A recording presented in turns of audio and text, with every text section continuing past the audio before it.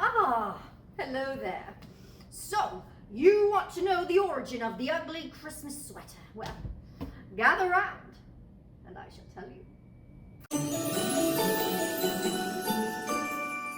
Our story begins in the 1950s, when the world first got their taste of holiday-themed sweaters.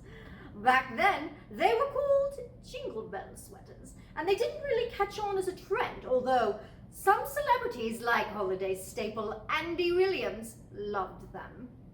In the 1980s, it was comedies like National Lampoon's Christmas Vacation that helped popularize the ugly Christmas sweater for the very first time, and they could be seen at office holiday parties nationwide.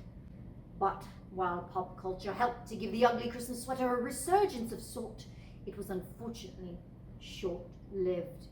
By the 1990s, it was considered unhip, or, as they say in the 90s, the opposite of da bomb.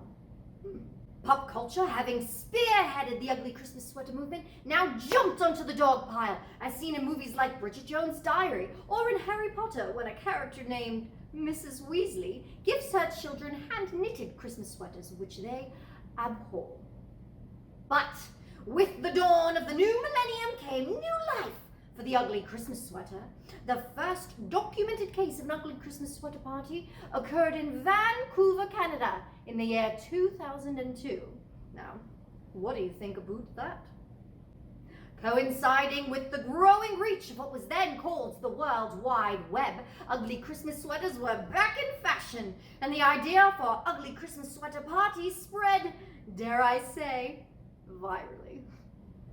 The uncool factor of ugly Christmas sweaters is exactly what made it hip now, as millennials, a generation that fell in love with irony, all due to an Alanis Morissette song, embraced kitschiness, and another reason to get together and drink. Now soon, major retailers from Target to Nordstrom were stocking up on ugly Christmas sweaters to meet the demand. Ugly Christmas sweaters were even seen on the runways of Givenchy.